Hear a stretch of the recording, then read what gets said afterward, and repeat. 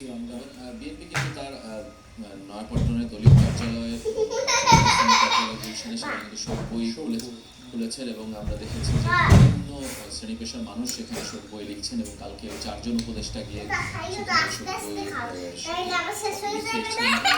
সংস্থা কিংবা অফিসের শীর্ষ ব্যক্তিত্বরা বাংলাদেশের তারাও কিন্তু যে আসলে ব্যক্তিগতভাবে লিখছেন না সুখের কথা কিংবা নানা তাদের মনের অনুভূতি মৃত্যুর পর।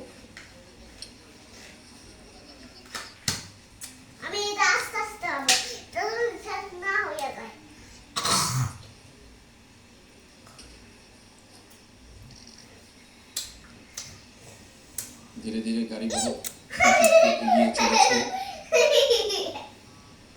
আগত অতিথি যাদের গাড়ি ইতিমধ্যে তাদের গাড়িও আলাদা করে লক্ষ্য করা যাচ্ছে। সড়কের দুই পাশ দিয়ে যানবাহন রেখেছেন যারা গুরুত্বপূর্ণ ব্যক্তিবর্গ এসেছেন তারা একই সাথে ঢল নেমেছে সাধারণ মানুষের। আমরা গতকালকে লক্ষ্য করেছি এবং জেনেছি যে মেট্রো রেলের আলাদা করে কোচ সংখ্যা বাড়ানো হয়েছে যাত্রা যাতে আরও মসৃণ হয় যারা বাংলাদেশের বিভিন্ন প্রান্ত থেকে আসছেন।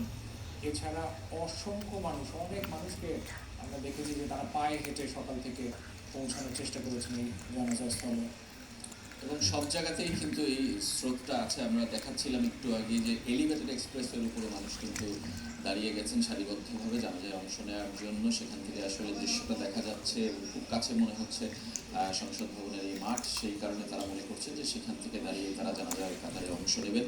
এবং এদিকে আমরা বলছিলাম যে মানুষের স্রোত যেহেতু আর এগোচ্ছে না সেই কারণে আস্তে আস্তে পেছনে ছুটছে লাইন, যেটা পেরিয়ে বাংলা মোটরের দিক পর্যন্ত চলে গিয়েছেন। ঠিক একইভাবে বিজয় সরণি থেকে আগারগা পর্যন্ত ওইদিকে বিস্তৃত হয়েছেন। এদিকে আসাদ গেট থেকে মোহাম্মদপুর সব দিকে মানুষ আসলে দাঁড়িয়ে পড়েছেন। প্রবেশ করার কোনো সুযোগ